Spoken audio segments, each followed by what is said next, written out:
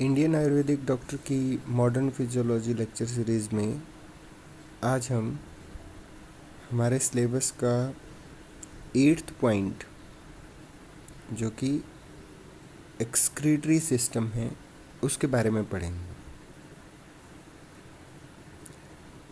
Excretory system में जैसे हमने रेस्पिरेटरी सिस्टम पढ़ा तो हमने देखा कि रेस्पिरेशन के दौरान कार्बन डाइऑक्साइड बॉडी से एक्सक्रीट होती है और वाटर का एक्सक्रीशन भी वहाँ से होता है। इसी तरीके से इंटेगुमेंट्री सिस्टम मतलब स्किन, तो स्किन के थ्रू भी water, salt, lactic acid, urea ये सब स्वेटिंग के थ्रू, पसीने के द्वारा, स्वेद के द्वारा सिक्रीट होते हैं, एक्सक्रीट होते हैं बाहर की ओर। डाइजेस्टिव सिस्टम में water, salt, carbon dioxide, lipid, bile pigment, cholesterol इत्यादि ये सब स्टूल के द्वारा एक्सक्रीट होते हैं और इन सब चीज़ों को हम पढ़ चुके हैं। तो आज हम यूरिनरी सिस्टम के बारे में मेनली बात करेंगे। यूरिनरी सिस्टम से क्या क्या एक्सक्रीट होता है। यूरिनरी सिस्टम में पेयर ऑफ किडनीज, 2 किडनी होती हैं, 2 यूरेटर होते हैं, एक यूरिनरी ब्लैडर है और यूरिथ्रा होता है। तो किडनीज किस तरीके से एक्सक्रीट करती हैं? ये रीनल आर्टरी के थ्रू, रीनल आर्टरी के थ्रू कंप्लीट जो ब्लड है वो किडनीज के अंदर एंटर करता है और वो इंटरलोबर आर्टरीज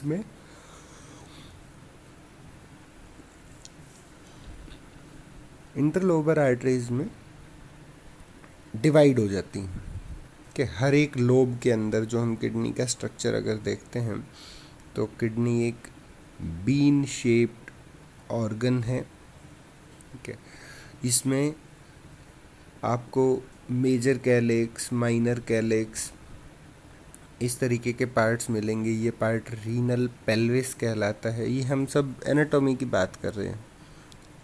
तो मेजर पॉइंट्स जो हैं कि किडनी के अंदर जितने भी लोब्स होते हैं, लोब्यूल्स होते हैं, जिनके अंदर बेसिकली क्या है, नेफ्रॉन्स पाए जाते हैं।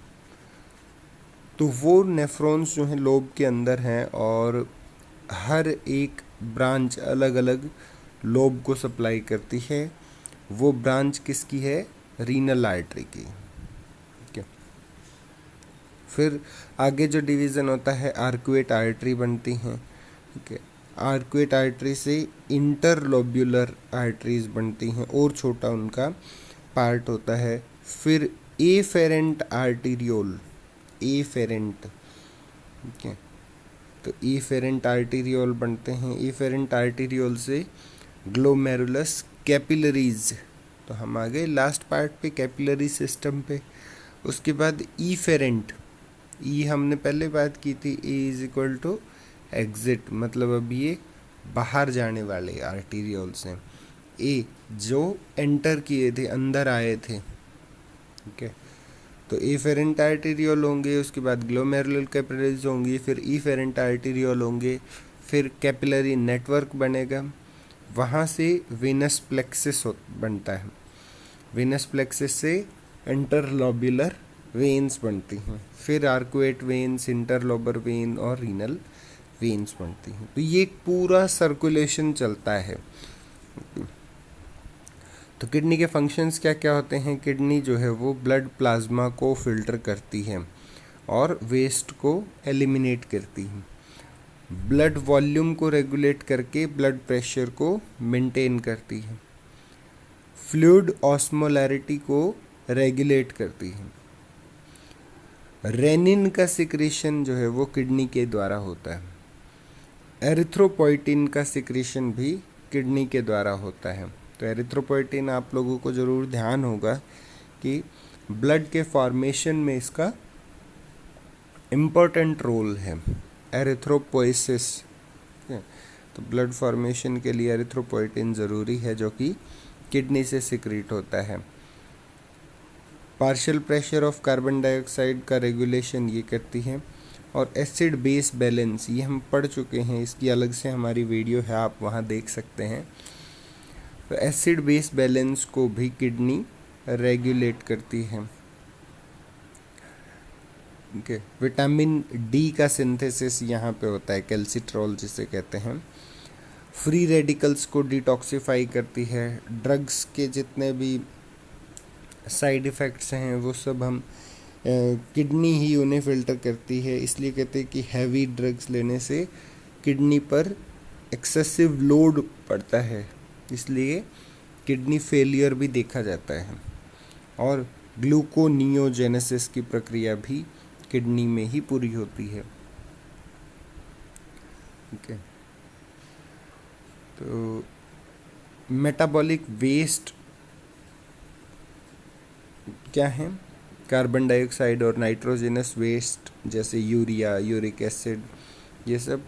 रेस्पिरेटरी सिस्टम जो है वो कार्बन डाइऑक्साइड को रिमूव करता है। यूरिनरी सिस्टम जो है वो कार्बन डाइऑक्साइड और नाइट्रोजनस वेस्ट दोनों को ही दूर करता है। तो नाइट्रोजनस वेस्ट में देखिए क्या है कि प्रोटीन मेटाबॉलिज्म से जो चीज़ें पैदा होती हैं, जैसे यूरिया ही, इसमें 50% नाइट्रोजनस वेस्ट का जो पार्ट है वो यूरिया ही है।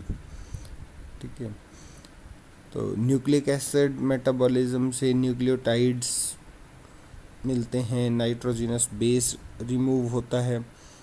ठीक है, उसे यूरिक एसिड में कन्वर्ट किया जाता है। इसी तरीके से क्रेटिनिन, इसे भी किडनी एक्सक्रीट करती है। ठीक है, तो यहाँ इन्होंने बताया भी है एक बेसिक कि किडनी फेलियर किस तरीके से होता है। हाई लेवल नाइट्रोजनस कंपाउंड्स अगर ब्लड में बढ़ जाते हैं तो इस वजह से यूरीमिया हो जाता है, नेगेटिव इफ़ेक्ट्स होते हैं। तो सिंपली आप याद रखें कि high level nitrogen containing compounds अगर किडनी के अंदर स्टोर होने लगते हैं तो उसके नेगेटिव इफ़ेक्ट से डायरिया, वोमिटिंग, ये सब होकर के किडनी फेलियर की तरफ चली जाती है। तो एक बेसिक सी एनाटॉमी यहाँ पे दी हुई है किडनी की, फिजियोलॉजिकल एनाटॉमी हम इसे कह सकते हैं। किडनी 10 से 12 सेंटीमीटर के लगभग होती है और इसकी विड्थ 5 से 7 सेंटीमीटर है, 3 सेंटीमीटर थिक होती है।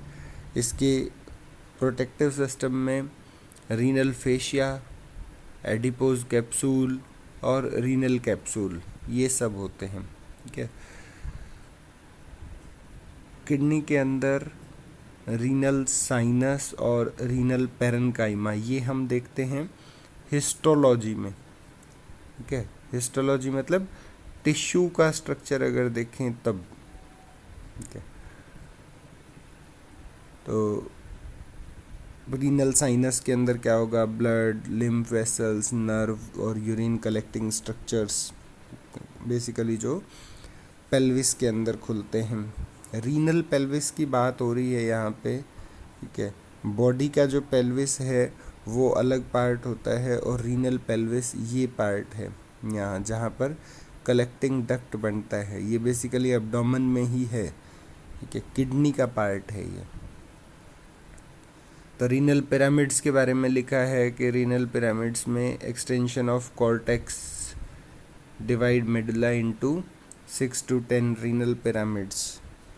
तो ये जो बाहर का पार्ट होता है वो कॉर्टेक्स है और जो बीच का पार्ट है वो मेडुला कहा जाता है। हम ये कह रहे हैं कि कॉर्टेक्स का ही एक्सटेंशन जो है मेडुला को 6 से 10 रीनल पिरामिड्स में कन्वर्ट कर देता है। ठीक है, पिरामिड और ओवरलाइंग कॉर्टेक्स को लोब कहते हैं। ठीक है, इसमें 2 से 3 माइनर कैलिक्स होते हैं, 2 से 3 मेजर कैलिक्स होते हैं। ये हम एनाटॉमी से समझें तो ज़्यादा ठीक रहता है क्योंकि माइनर कैलिक्स की संख्या ज़्यादा होती है। मेजर कैलिक्स 2 से 3 होते हैं जो रीनल पेल्विस में ही खुलेंगे। माइनर कैलिक्स जो है वो 6 से 8 होते हैं। तो किडनी की फंक्शनल यूनिट क्या है? वो नेफ्रॉन है। ठीक है, नेफ्रॉन्स का स्ट्रक्चर हम बहुत बार पहले देख चुके हैं। फंक्शनल यूनिट नेफ्रॉन है, इसके अंदर 3 मेन पार्ट होते हैं, ब्लड वेसल, रीनल कॉर्पसल्स और रीनल टिब्यूल्स। ओके, तो ये एक सिंपल सा स्ट्रक्चर जो है वो आपने देखा होगा, ये कुछ ज़्यादा ही कॉम्प्लिकेटेड है। आप चाहें तो इसे देख भी सकते हैं, अदरवाइज़ एक सिंपल स्ट्रक्चर के बारे में मैं आपको बताऊं तो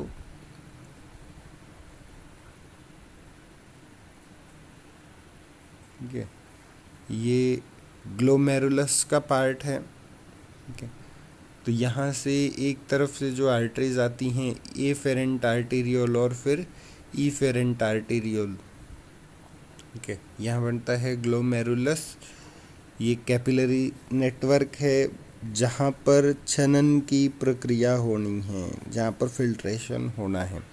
ठीक है, ये ग्लोमेरुलस का पार्ट है। उसके बाद ये इसे कहते हैं Bowman's capsule.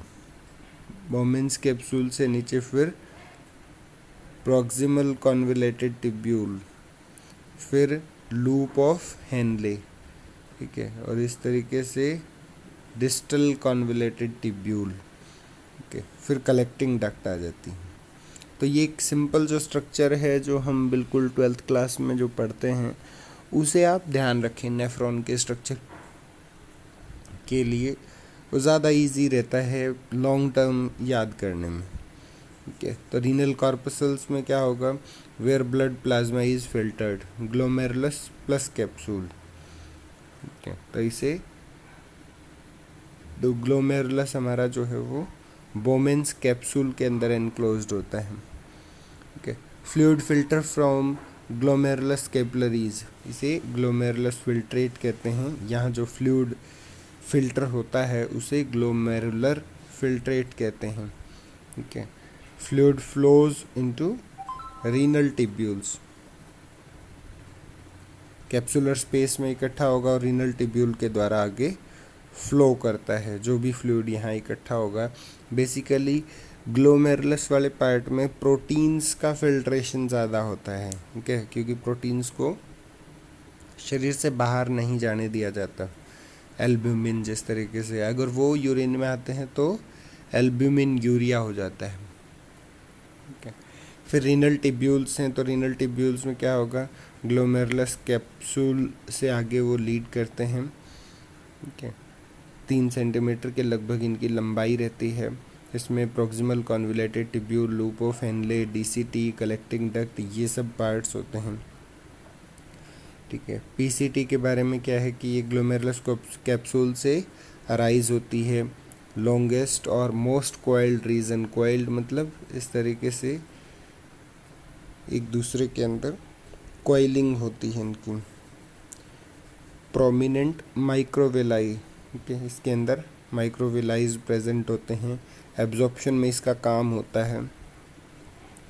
Loop of Henle में यू शेप्ड, ठीक है, distal to PCT U shaped loop of Henle होता है।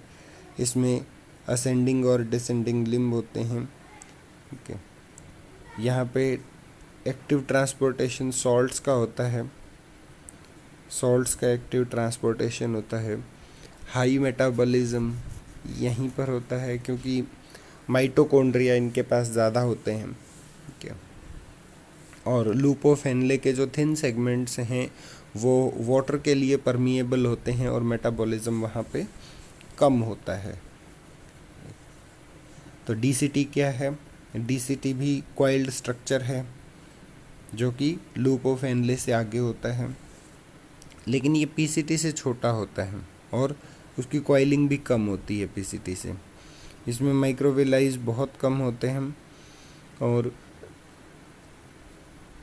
ये एफेरेंट और ईफेरेंट आर्टेरियोल के कांटेक्ट में रहता है। Okay, contact with peritubular arteries. इसके अलावा कलेक्टिंग डक्ट के बारे में बात करें तो ducts of several nephron empty into collecting duct, तो सब इकट्ठे होकर के बेसिकली कहाँ खुलेंगे, कलेक्टिंग डक्ट में खुलते हैं। ओके, जो कि मेडुला से पास होगी और मेडुला से पास होने के बाद माइनर कैलिक्स में ड्रेन करेगी। तो यूरिन का फ्लो किस तरीके से होगा, ये देखिए, ग्लोमेरुलस फिल्ट्रेट या ग्लोमेरुलर कैप्सूल में जो फिल्ट्रेट आएगा वो आगे पीसीटी, लूप ऑफ एनले, फिर ascending limb, loop of Henle का ascending limb, collecting duct, papillary duct, renal papilla, फिर माइनर कैलिक्स, फिर major calyx, renal pelvis, ureter और यूरिनरी ब्लैडर। इस तरीके से ये पूरा फिल्ट्रेशन का जो सर्कुलेशन है एक नेफ्रॉन के अंदर वो चलता है। ठीक है। उसके बाद यूरिन फॉर्मेशन किस तरीके से होता है, यूरिन फॉर्मेशन की विधि आयुर्वेद में भी बताई हुई है। आचार्य सुश्रुत ने जब अश्मरी के बारे में बताया, स्टोन का फॉर्मेशन बताया था उन्होंने पहले, उसी टाइम पर उन्होंने बताया था आयुर्वेद अनुसार भी मूत्र निर्माण की प्रक्रिया। ठीक है। तो उन्होंने क्या कहा था कि जिस प्रकार सरिता मतलब नदियाँ जो होती हैं, बहुत सारी नदियाँ जो होती हैं वो पानी को कलेक्ट करके समुद्र में छोड़ती हैं, उसी तरीके से पूरे शरीर में जो भी हमारी वेसल्स हैं के रक्त का वहन करने वाली हैं, वो एक्सक्रीटरी प्रोडक्ट्स को ला करके किडनी के अंदर छोड़ती हैं। तो वहाँ से छनन की प्रक्रिया होती है और वो छनन की प्रक्रिया या फिल्ट्रेशन की प्रोसेस होने के बाद मूत्र का निर्माण होता है।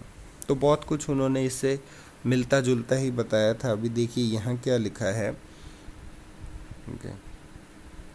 तो ब्लड प्लाज्मा से यूरिन का फॉर्मेशन होता है। 4 स्टेप हैं, ग्लोमेरुलर फिल्ट्रेशन, ट्यूबुलर सिक्रेशन और वाटर कंजर्वेशन।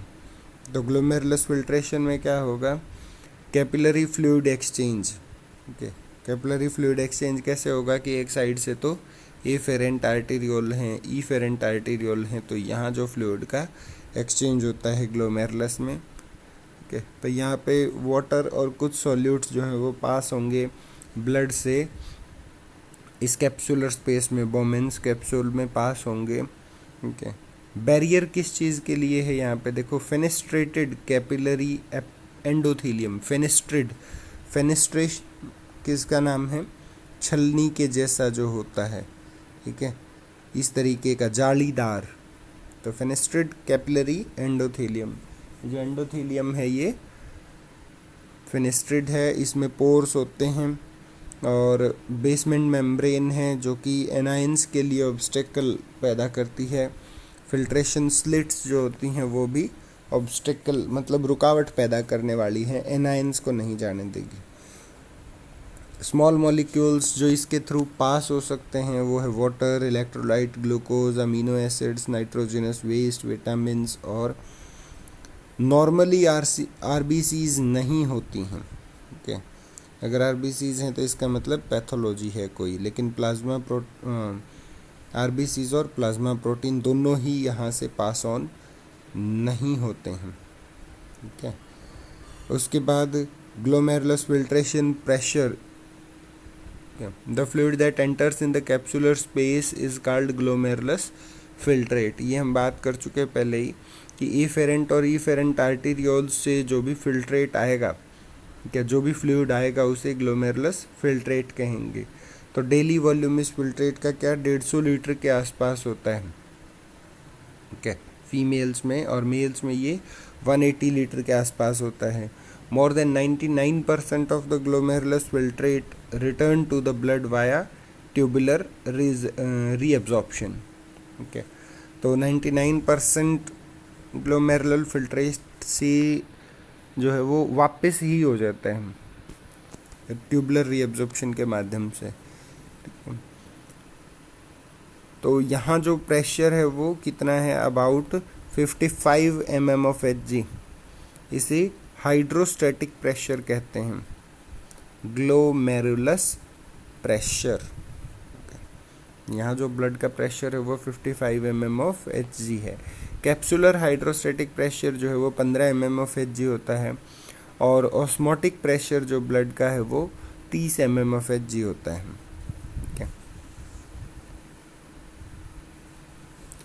तो नेट फिल्ट्रेशन प्रेशर क्या होगा? Net filtration pressure 10 mm of Hg.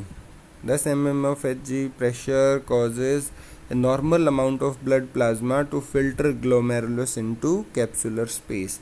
तो आप सिंपली याद रखें कि ब्लड प्लाज्मा को फिल्ट्रेशन के लिए कितने प्रेशर की ज़रूरत है? 10 mm of Hg प्रेशर की ज़रूरत है। ठीक है, तो ग्लोमेरुलस फिल्ट्रेशन रेट क्या होता है? ये 2 नंबर में पूछा जाने वाला सवाल है भाई। ग्लोमेरुलस फिल्ट्रेशन रेट क्या होता है कि flow rate of filtered fluid, जो भी फ्लूइड फिल्टर हो रहा है उसका फ्लोइंग रेट क्या है, उसे ही ग्लोमेरुलस फिल्ट्रेट रेट कहते हैं। ये 125 ml पर मिनट इतना होता है एवरेज, ठीक है, मेल्स के अंदर, और 105 ml पर मिनट ये फीमेल्स के अंदर। तो glomerulus filtration rate directly related होता है प्रेशर से, ठीक है, जो नेट फिल्ट्रेशन प्रेशर है उसके रिलेशन में होगा। अगर प्रेशर ज़्यादा होगा तो GFR भी ज़्यादा होगा, प्रेशर कम है तो GFR भी कम होता है। ठीक है, इनमें जो न्यूरोनल रेगुलेशन है, नॉरएपिनेफ्रिन जो है वो सिंपैथेटिक नर्वस सिस्टम को रेगुलेट करते हैं, क्योंकि यहाँ हमें पैरासिम्पैथेटिक सिस्टम अगर काम करेगा तो डेफिनेटली वो क्या करता है, मूवमेंट्स को कम करता है, क्या सिर्फ मेटाबॉलिज्म को बढ़ाता है, डाइजेस्टिव सिस्टम के सिक्रीशंस को बढ़ाता है पैरासिम्पैथेटिक नर्वस सिस्टम। ये हमने नर्वस सिस्टम की फिजियोलॉजी में पढ़ा है। ठीक है, तो यहाँ हम सिंपैथेटिक नर्वस सिस्टम जब भी रेगुलेट होगा तो नॉरएपिनेफ्रिन वो रिलीज़ होता है, एफेरेंट आर्टेरियोल्स का कॉन्स्ट्रिक्शन होता है। ठीक है, और हार्मोनल रेगुलेशन में क्या होगा, एंजियोटेंसिन 2 ये हार्मोन रिलीज़ होगा, ब्लड का वॉल्यूम कम होता है, ब्लड का प्रेशर कम होता है, एफेरेंट आर्टेरियोल और ईफेरेंट आर्टेरियोल्स जो हैं वो कॉन्स्ट्रिक्ट होंगे और GFR जो है वो कम होता है। ओके, उसके बाद सेकंड पॉइंट जो हमारे पास है GFR के बाद वो है ट्यूबुलर रीएब्जॉर्प्शन। ट्यूबुलर रीएब्जॉर्प्शन क्या होगा, ग्लोमेरुलस कैपिलरीज इन्वॉल्व्ड इन फिल्ट्रेशन, ग्लोमेरुलस कैपिलरीज फिल्ट्रेशन में इन्वॉल्व होंगी, ग्लोमेरुलस कैप्सूल से फिल्ट्रेशन होगा, उसके बाद वो फिल्ट्रेशन कहाँ आएगा, PCT में आएगा, जहाँ पर रीएब्जॉर्प्शन शुरू होगा।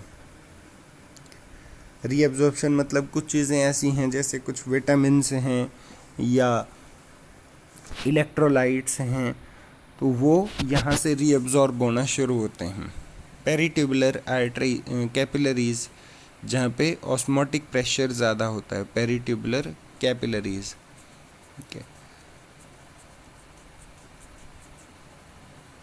तो प्रोक्सिमल कॉन्वोल्यूटेड ट्यूब्यूल में ब्लड जो है वो रीअब्जॉर्ब होता है टोटल फिल्ट्रेट का 65% के लगभग। ठीक है, क्यों होता है ऐसा, ये हम इसका स्ट्रक्चर पढ़ चुके हैं, क्योंकि PCT जो है वो ज़्यादा लंबी होती हैं और यहाँ जो माइक्रोविलाइज हैं वो बहुत ज़्यादा संख्या में हैं। ठीक है, फिर ट्यूबुलर रीअब्जॉर्प्शन इन PCT, ये क्या क्या होगा, PCT में जो एक्स्ट्रा सेलुलर फ्लूइड है पेरीट्यूबुलर कैपिलरीज के थ्रू रीअब्जॉर्ब होते हैं। ठीक है, क्या क्या ऐसी चीज़ें हैं जैसे sodium chloride, other electrolytes, glucose, amino acids, water, protein, ये सब चीज़ें यहाँ पे रीअब्जॉर्ब होती हैं। ठीक है, उसके बाद tubular reabsorption in loop of Henley, यहाँ पे यूरिन का कंसंट्रेशन बनता है, कंजर्व वाटर। ठीक है, ज़्यादातर जो वाटर है वो भी रीअब्जॉर्ब होता है, reabsorb 20% of water in filtrate.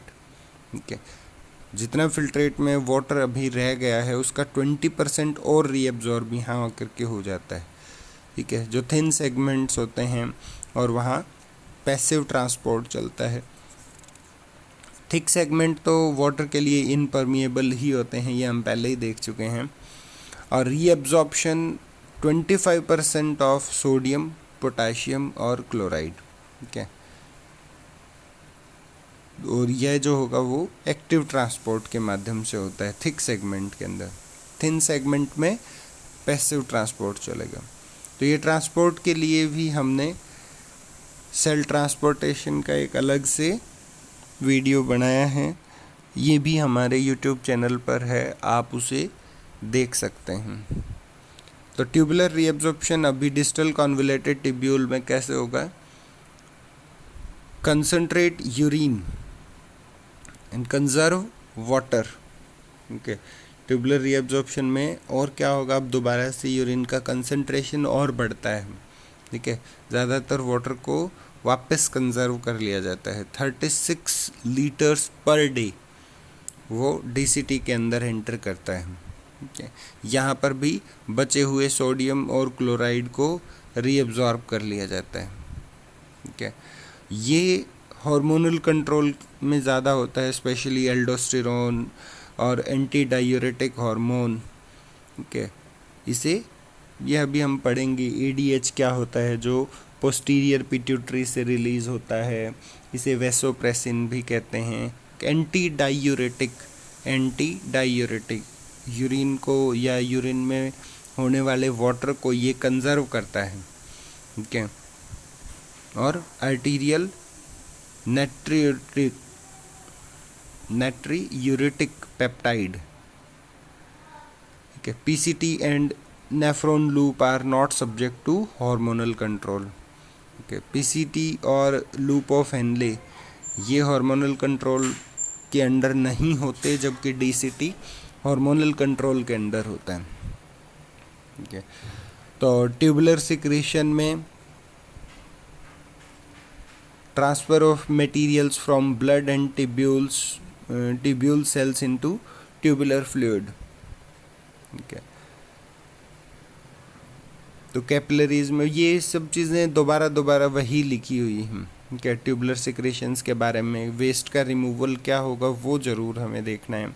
Nitrogenous waste और ड्रग स्पेसिफिकली इनका रिमूवल होता है, एसिड बेस बैलेंस बना के रखते हैं, ठीक है। H प्रोटोन आयंस जो हैं वो सिक्रीट होते हैं, HCO3 बाइकार्बोनेट सिक्रीट होते हैं, ठीक है। और H प्लस या प्रोटोन आयंस जो हैं उनके सिक्रीट होने से ब्लड का pH जो है वो कंट्रोल रहता है। अगर H प्रोटोन आयंस ब्लड में होंगे तो क्या होगा, ब्लड की एसिडिटी बढ़ जाती है, ठीक है। तो ये सब्सटेंसेस हैं। वाटर एक दिन में कितना फिल्टर होता है, 180 लीटर पर डे, ठीक है। रीअब्जॉर्ब कितना हो जाता है, 179 लीटर पर डे। तो 1 से 1.5 लीटर के लगभग एक्सक्रीट होता है। प्रोटीन 2 ग्राम फिल्टर होता है, 1.9 जो है वो रीअब्जॉर्ब होता है और 0.1 ग्राम जो है वो फिल्टर हो जाता है। सोडियम 579 ग्राम, ठीक है, और ये 575 ग्राम के लगभग रीअब्जॉर्ब होता है और 4 ग्राम जो है वो एक्सक्रीट हो जाता है। तो ये चीज़ें एक एक करके आपको जो है सारी ध्यान रखना चाहें तो रख सकते हैं। स्पेसिफिक वैल्यू याद रखने की बजाय हमें ये देखना है कि कौन सी चीज़ें कहाँ से रीअब्जॉर्ब हो रही हैं और कितनी मात्रा में होती हैं, ठीक है। वाटर कंजर्वेशन कहाँ से होगा, कलेक्टिंग डक्ट से, ठीक है। Receive from several nephrons, reabsorb H2O और कंसनट्रेट यूरिन जो हमने लूप ऑफ हेनले में पढ़ा, ठीक है। Isotonic to blood plasma begins isotonic to blood plasma, उसे आइसोटोनिक सॉल्यूशन में कन्वर्ट किया जाता है और become up to 4 time more concentrated. ये यूरिन के बारे में बात कर रहे हैं कि यूरिन जो है वो 4 गुना ज़्यादा कंसनट्रेट किया जाता है। इसीलिए हम देख रहे हैं कि 180 लीटर से वो सिर्फ 1 लीटर के आसपास ही एक्सक्रीट हो पाता है पूरे दिन में, ठीक है। Concentration of urine depend on the body state of hydration. Urine कितना कंसनट्रेटेड होगा वो बॉडी की हाइड्रेशन पे डिपेंड करता है, ठीक है। तो हाइड्रेशन हमें देखना होता है कि हम कितने हाइड्रेटेड हैं, जितना वाटर इनटेक ज़्यादा होगा हमारा हाइड्रेशन भी उतना ही ज़्यादा होगा। तो आज हम इतना ही पढ़ेंगे। नेक्स्ट लेक्चर में हम यूरिन के स्टोरेज जैसे यूरेटर्स, यूरेथ्रा, यूरिनरी ब्लैडर, इनके बारे में बात करेंगे। इससे संबंधित कोई भी डाउट आपको है तो आप हमसे पूछ सकते हैं। Thank you.